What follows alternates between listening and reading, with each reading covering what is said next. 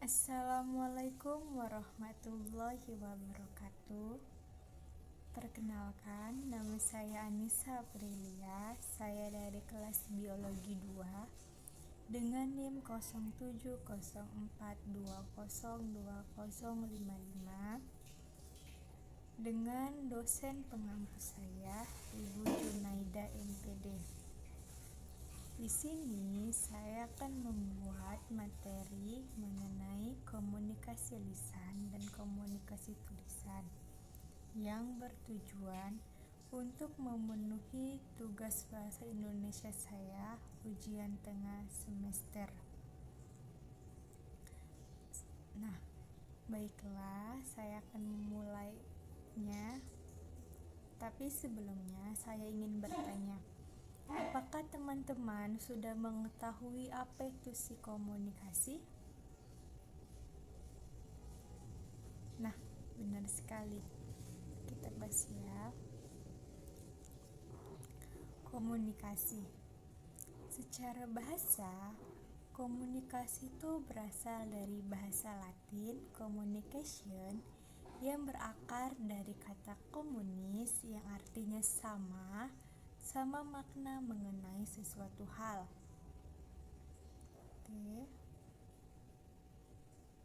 Nah, secara istilah, komunikasi itu diartikan sebagai proses penyampaian atau penerimaan pesan atau informasi di antara dua orang atau lebih dengan menggunakan simbol verba dan non-verba.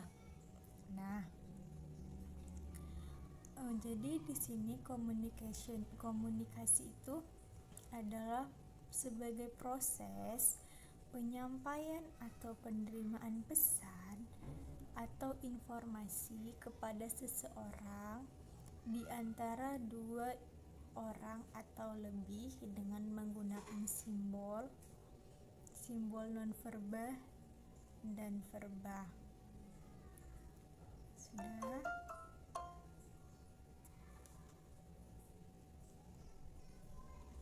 Nah, setelah itu komunikasi itu ternyata terbagi menjadi dua, komunikasi menurut penyampaiannya.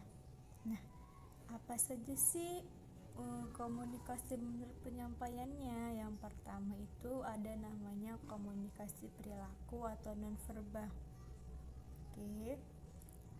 Komunikasi perilaku atau non-verba itu apa sih gitu kan? Gimana sih gitu. Baru yang kedua ada namanya komunikasi lisan dan tulisan atau verba. Nah, gimana sih itu komunikasi lisan dan tulisan? Oke, kita bahas ya di slide selanjutnya.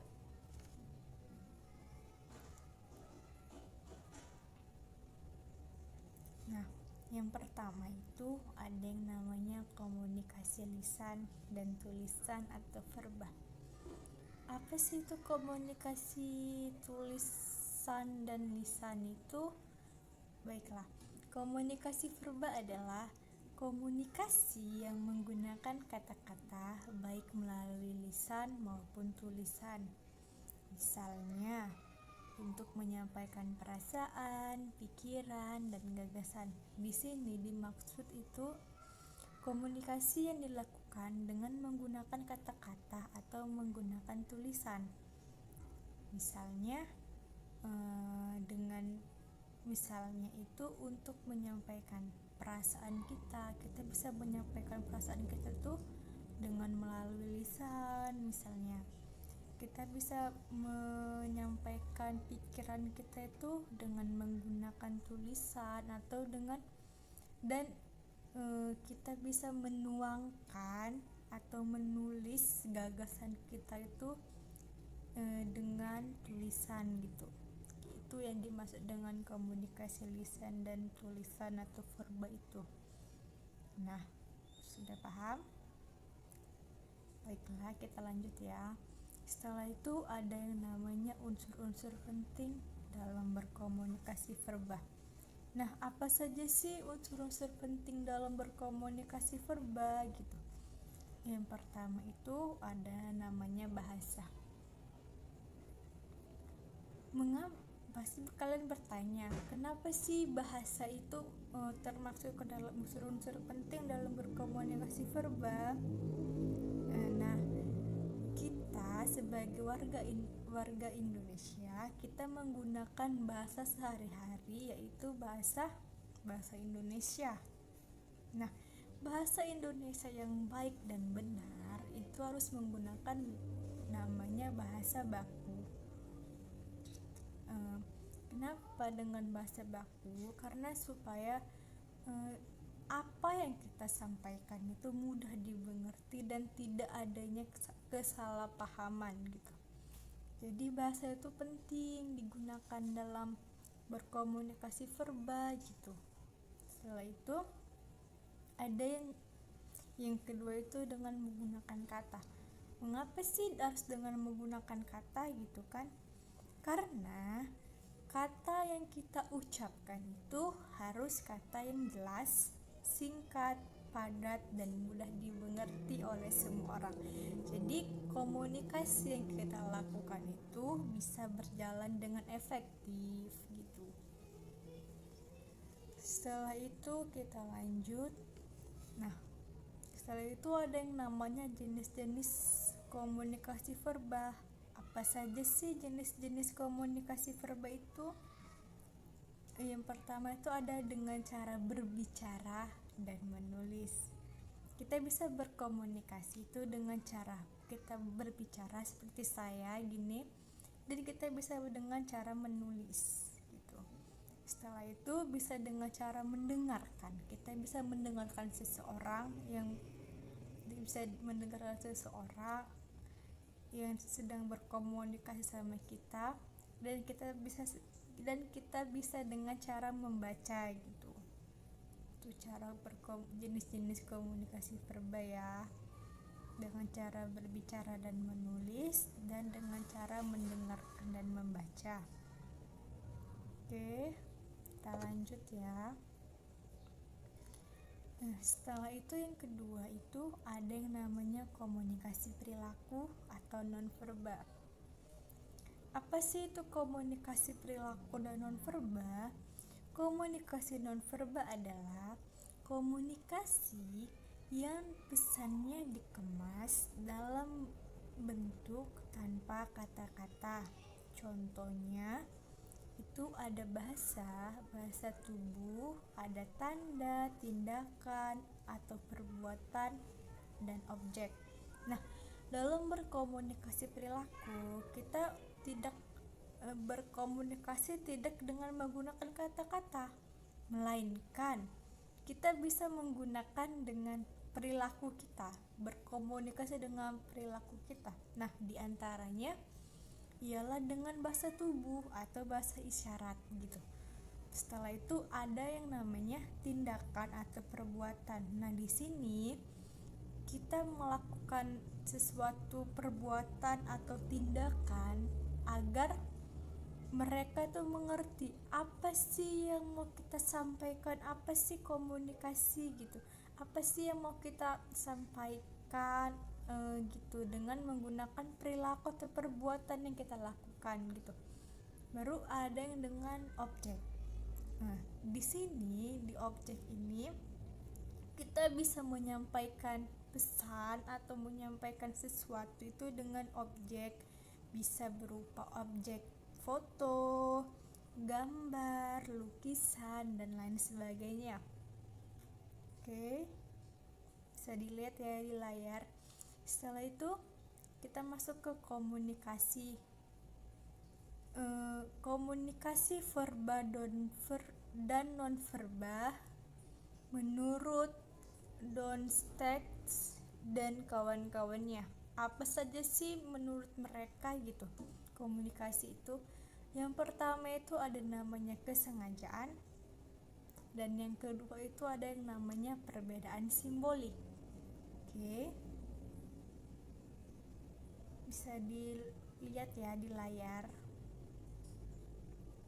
Nah, setelah itu kita lanjut ya. Nah, setelah kita mengetahui komunikasi itu apa, kita harus mengetahui juga dong apa itu fungsi komunikasi verbal dan non verbal.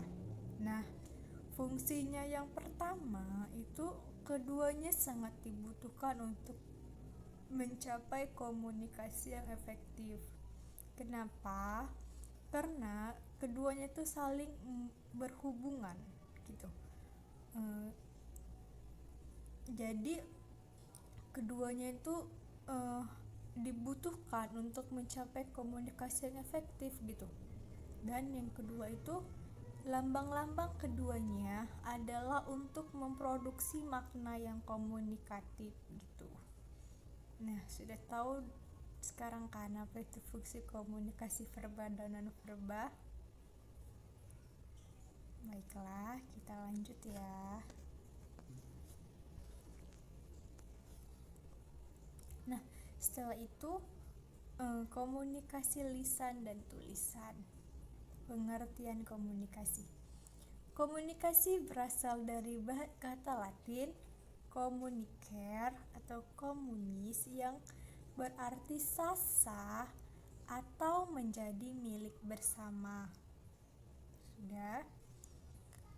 Di mana komunikasi adalah suatu proses dengan mana informasi antara individual ditukarkan melalui sistem simbol, tanda, atau tingkah laku. Nah, dalam berkomunikasi kita melibatkan 3 hal. Yang pertama, pihak yang berkomunikasi. Berarti harus ada dong yang namanya lawan bicaranya, karena kan yang berkomunikasi kita tuh berkomunikasi itu kan dua orang, harus adanya 2 orang atau lebih individual. Jadi pihak yang berkomunikasi itu harus ada gitu, harus adanya melibatkan lawan bicaranya gitu. Lalu yang kedua itu ada informasi yang dikomunikasikan. Nah, ini penting. Jadi jadi itu yang kita harus tahu dong apa sih yang mau kita sampaikan dalam berkomunikasi, apa sih yang mau kita bicarakan dalam proses berkomunikasi ini. Kita harus ada dong informasi apa yang mau kita jelaskan gitu, mau kita diskusikan atau mau kita berkomunikasikan bareng-bareng gitu. Lalu yang ketiga itu ada namanya alat komunikasi. Nah, alat komunikasi di sini itu bisa berupa dengan perilaku kita, atau dengan isyarat bahasa tubuh, atau bisa dengan tulisan, bisa dengan objek, bisa dengan komunikasi langsung gitu. Itu alat komunikasinya.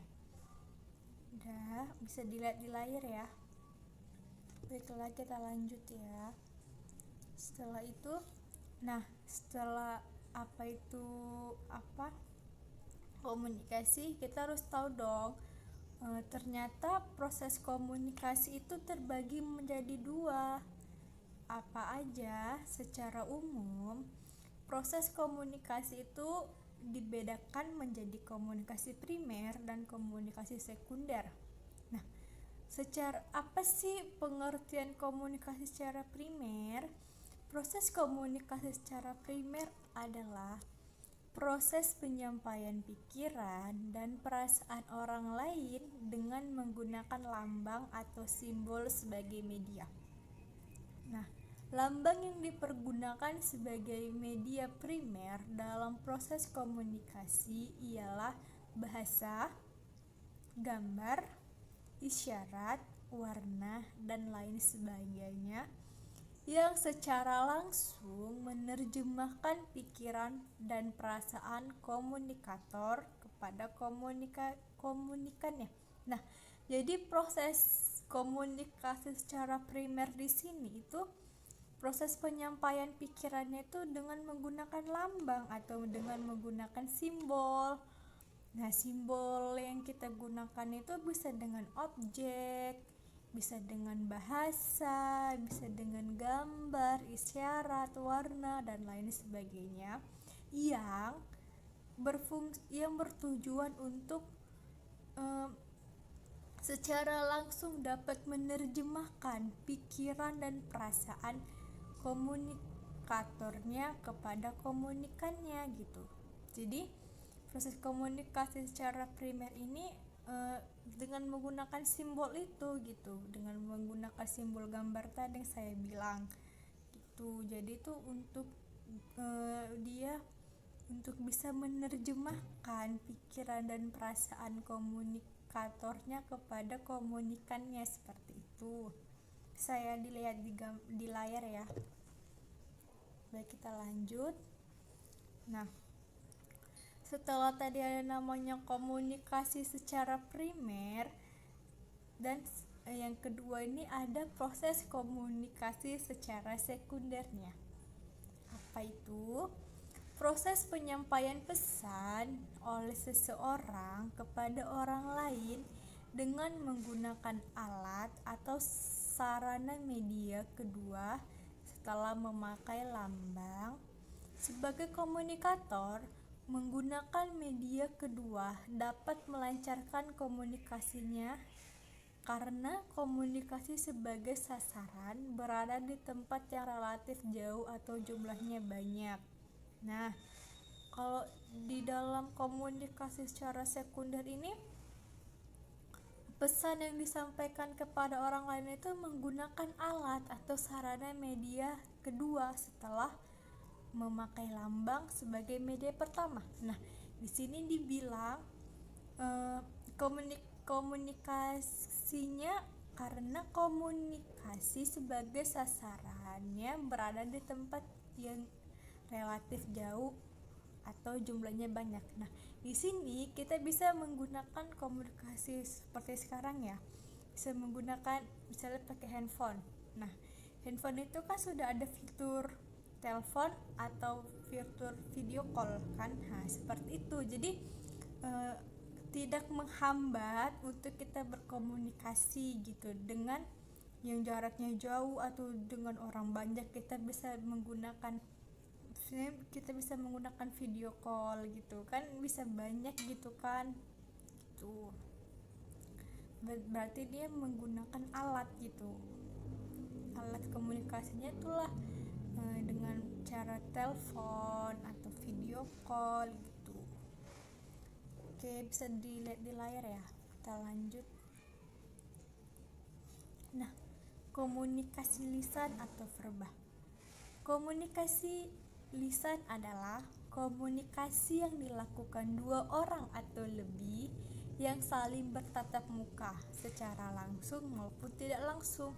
Nah, dalam komunikasi lisan ini, komunikasi yang dilakukan dua orang atau lebih yang saling bertatap muka secara bertatap muka langsung dengan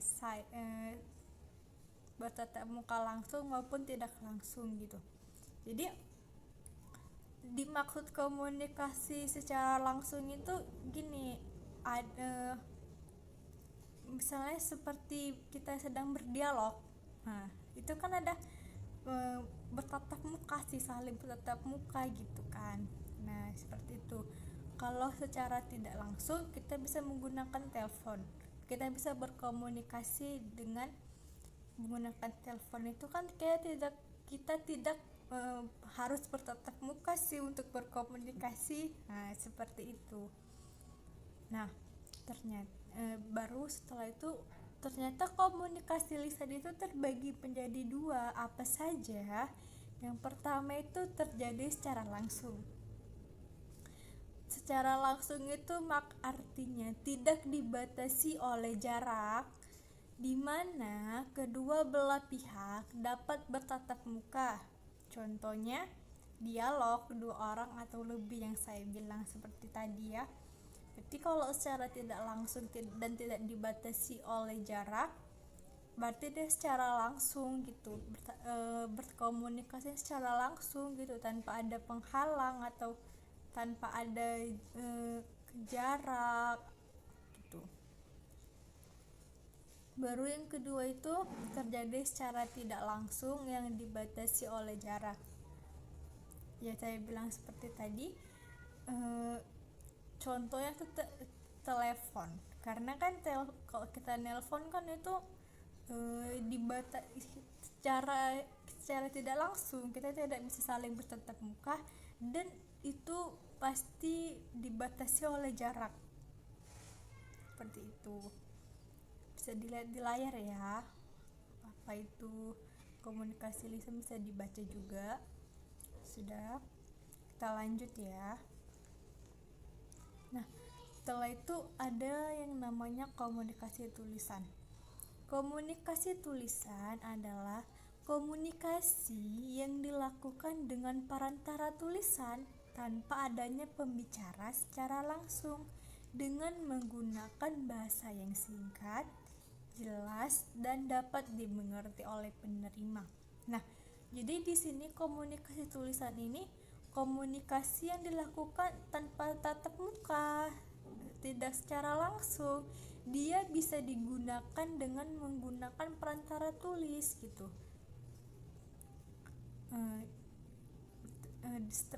Dan komunikasi tulisan ini kita menggunakan bahasa yang singkat, jelas, dan dapat dimengerti oleh penerima gitu.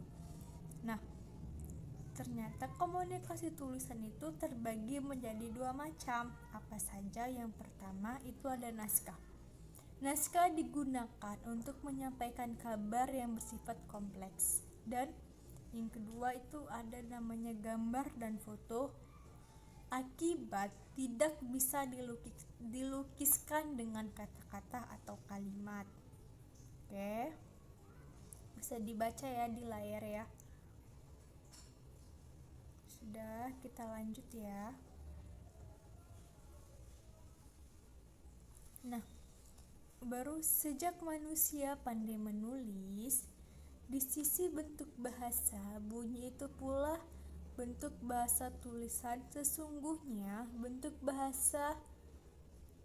bahasa bunyi, tetapi sudah jelaslah bahwa waktu menuliskan bahasa, seseorang dapat lebih tenang dan teliti berpikir, sehingga bahasa lisan dalam sejarah kelihatan bahwa dengan pandai menulis, sesuatu bangsa itu mencapai tingkat kebudayaan yang tinggi. Nah, ternyata dengan kita rajin menulis, itu mencerminkan sesuatu bangsa itu mencapai tingkat kebudayaan yang tinggi loh. Makanya yuk rajin-rajin menulis ya, biar mencerminkan tingkat kebudayaan bangsa yang tinggi.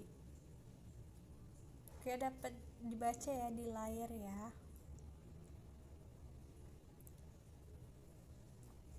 Nah, setelah itu apa sih perbedaan komunikasi lisan dan tulisan itu? Nah, perbedaan komunikasi tulisan dan lisan diantaranya sebagai berikut. Yang pertama, komunikasi lisan mengharuskan adanya lawan bicara, sedangkan komunikasi tulisan tidak mengharuskan adanya lawan bicara. Iya dong, namanya sudah komunikasi lisan, berarti kan kita harus bertatap muka, harus ada lawan bicaranya gitu.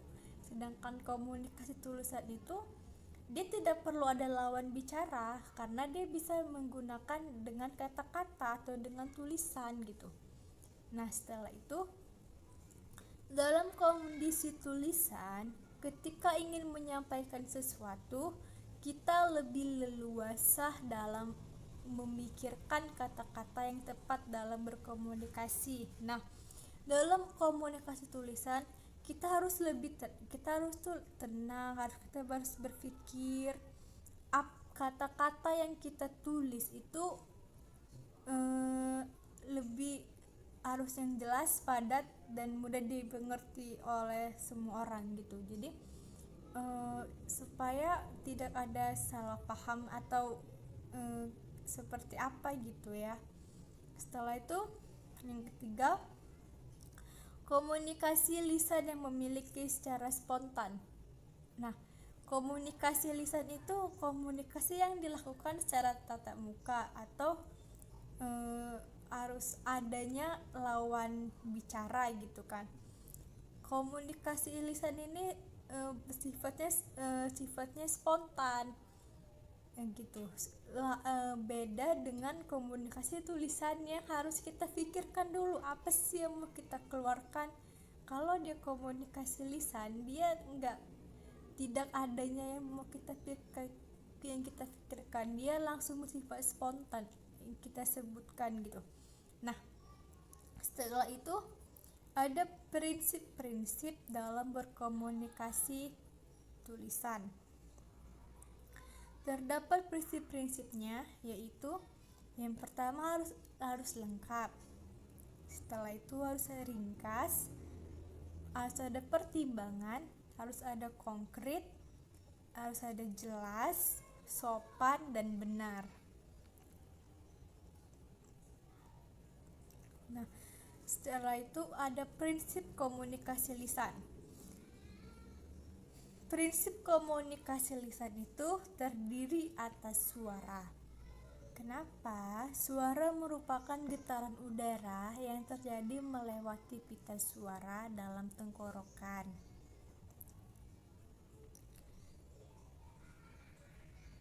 Setelah itu ada bunyi. Kenapa bunyi?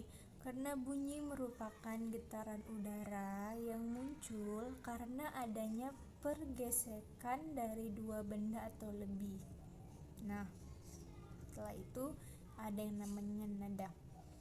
Nada merupakan intonasi atau tingkatan suara, sehingga munculnya adanya nada dasar yang merupakan acuan atau patokan bagi seseorang dalam memproyeksikan suaranya.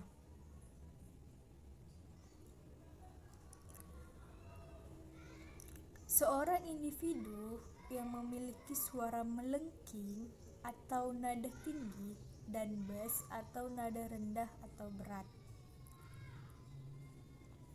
Nah, setelah itu apa sih bentuk-bentuk komunikasi tertulis? Berikut terdapat beberapa bentuk-bentuk komunikasi tertulis, antara lain surat dan memo. Diklarifikasikan ke dalam 4 kategori, yaitu permintaan atau permohonan langsung. Yang kedua, rutin berita dan pesan-pesan yang baik. Dan yang ketiga, berita-berita yang tidak baik. Dan yang keempat, ada pesan-pesan persuasif. Nah, setelah itu habis ya.